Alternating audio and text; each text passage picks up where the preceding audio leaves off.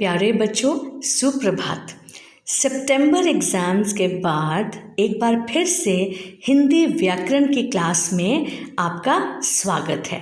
तो आइए आज देखते हैं कि हम कौन सा नया विषय करने जा रहे हैं। ये देखिए, ये क्या लिखा है। यह लिखा है अनुच्छेद लेखन। आपको पता है अनुच्छेद लेखन क्या होता है? बेटे, अनुच्छेद का मतलब होता है पैराग्राफ और लेखन का मतलब होता है राइटिंग। तो इसका मतलब अनुच्छेद लेखन का क्या मतलब हुआ? Paragraph writing. आज हमने ये नई चीज़ सीखनी है कि हमने पैराग्राफ राइटिंग और हिंदी में क्या बोलते हैं, अनुच्छेद लेखन कैसे करना है। अब ये देखिए, ये क्या लिखा है, अनुच्छेद लेखन। अनुच्छेद लेखन किसे कहते हैं और अनुच्छेद कैसे लिखते हैं? तो सबसे पहले मैं आपको बताती हूँ कि अनुच्छेद लेखन किसे कहते हैं। किसी विषय पर अपने विचारों को संक्षेप में प्रकट करना अनुच्छेद लेखन कहलाता है। अब क्या मतलब है इन लाइंस का? किसी भी विषय पर, किसी भी टॉपिक पर अपनी थॉट्स को, अपने विचारों को, जो आपके मन में आइडिया आते हैं, थॉट्स आते हैं, उनको संक्षेप में प्रकट करना। संक्षेप मतलब ब्रीफ में। हमने बहुत लंबा लंबा या बहुत डिटेल में नहीं लिखना, तभी हम इसको पैराग्राफ ही कहते हैं। जस्ट वन पैराग्राफ, वो 20 लाइंस का, 30 लाइंस का या आपकी कॉपी का 1 पेज, वो हम आपको जितनी लिमिट देते हैं ना, उतना आपको लिखना होता है। तो किसी भी विषय पर अपनी थॉट्स को जब हम ब्रीफ में, बहुत ज़्यादा डिटेलिंग में नहीं जाना है, संक्षेप में एक्सप्रेस करते हैं, उसको हम कहते हैं अनुच्छेद लेखन। समझ आया आपको क्या होता है अनुच्छेद लेखन? अब ये देखिए, ये लिखा है अनुच्छेद लिखते समय ध्यान रखें। अब मैं आपको बताती हूँ कि जब हमने अनुच्छेद लिखना है तो हमने कौन कौन सी बातों का ध्यान रखना है। ये देखिए, अनुच्छेद लिखते समय आप किन बातों का ध्यान रखेंगे? सबसे पहला पॉइंट है, सारी बातें क्रम से लिखी जाएं। क्रम मतलब होता है सीक्वेंस। ये बेटे तब होता है जैसे हमने आपको किसी भी एक टॉपिक, कोई भी एक इंसिडेंट दे दिया कि दिवाली सीन है या रेलवे स्टेशन का सीन है या how I spend my Sunday है, कुछ भी इस तरह का हम देते हैं ना जन्मदिन की पार्टी पे। तो आपने वो जो सारी लाइंस हैं वो एक सीक्वेंस में लिखनी है कि पहले कौन सी घटना हुई, उसके बाद कौन सी घटना हुई, फिर आखिर में कौन सी घटना हुई। इसको आपने एक सीक्वेंस में लिखना है। नंबर 2, भाषा सरल हो। जो भाषा है वो सरल यानी आसान हो, सिंपल हो, ठीक से समझ आ जाने वाली भाषा हो। नंबर 3, वाक्य छोटे हों। देखो बेटे, आगे ही हमने बहुत ब्रीफ में लिखना है, डिटेल में नहीं लिखना है ना ज़्यादा। तो वाक्य जो है वो आपके छोटे छोटे हों, लेकिन बहुत ही प्रभावशाली हों, इफ़ेक्टिव हों, मीनिंगफुल वाक्य हों, जिनसे कि थोड़े वाक्यों में भी सारा जो सीन है, सारा जो पैराग्राफ है वो अच्छे से समझ आ जाए। नंबर 4, किसी बात को दोहराया ना जाए। दोहराया मतलब क्या होता है? रिपीट, रेपिटिशन ना हो, क्योंकि आगे ही हम एक पैराग्राफ ही लिख रहे हैं, उसमें भी अगर आप बातों को रिपीट करोगे तो फिर या तो आपका वो लॉन्ग हो जाएगा पैराग्राफ, या फिर वो मीनिंग जो है वो उसका बोरिंग लगने लग जाएगा। इसलिए किसी भी वाक्य को, किसी भी बात को आपने दोहराना नहीं है। और हाँ बेटे, एक और बहुत ज़रूरी बात, अनुच्छेद में ना हम वाक्यों को नंबर नहीं देते हैं, जैसे 1, 2, 3।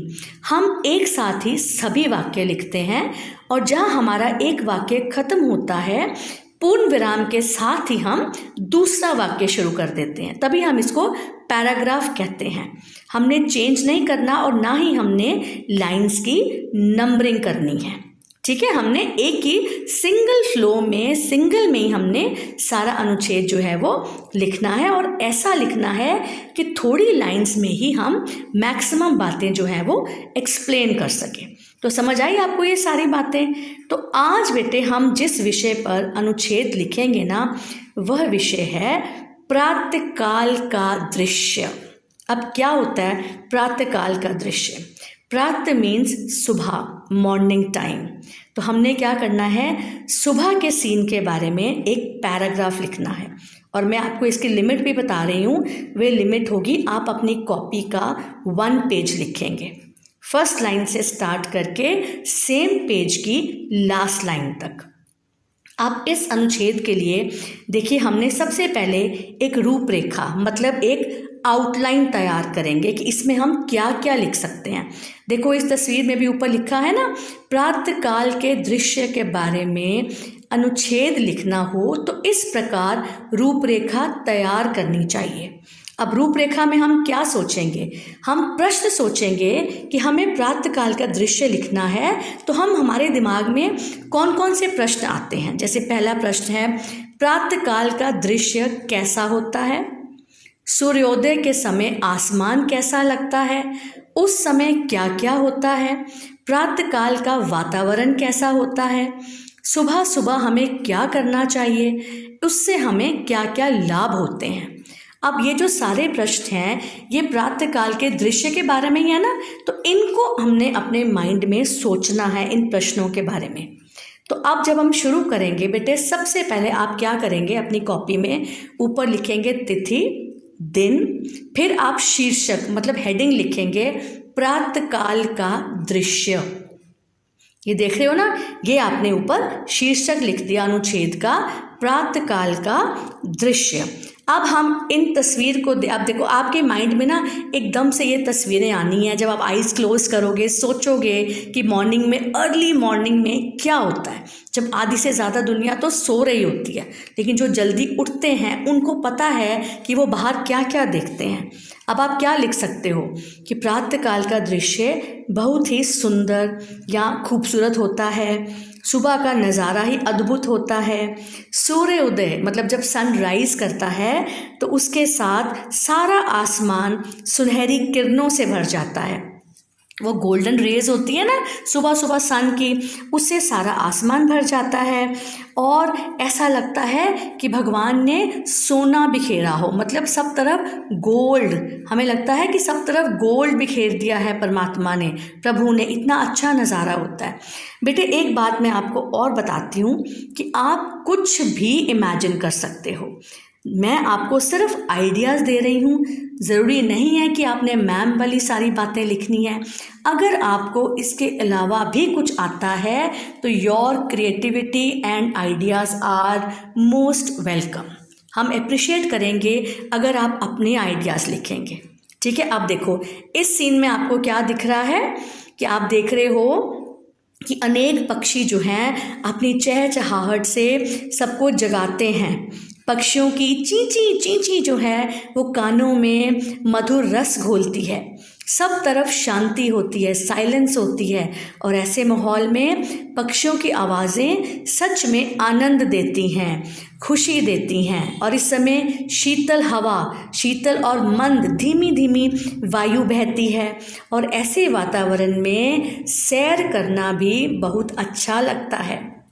अब ये देखिए इस तस्वीर में दादाजी हैं, वो सैर करने जा रहे हैं और सुबह सुबह जो सैर है वो सेहत के लिए बहुत अच्छी होती है। इससे हम सारा दिन फ्रेश फील करते हैं, तरोताज़ा रहते हैं। तो और हमारी हेल्थ के लिए सुबह जल्दी उठना बहुत अच्छा होता है। अब क्या लिख सकते हो सुबह के बारे में।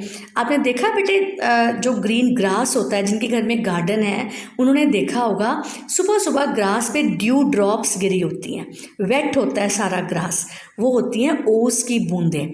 आप वो भी लिख सकते हो कि हरी हरी घास पर ओस की बूंदें बहुत मोतियों की तरह दिखाई देती हैं, बहुत ही खूबसूरत लगती हैं। और सुबह सुबह जो खिले फूल हैं वो भी बहुत सुंदर लगते हैं, उनकी सुंदरता देखते ही बनती है।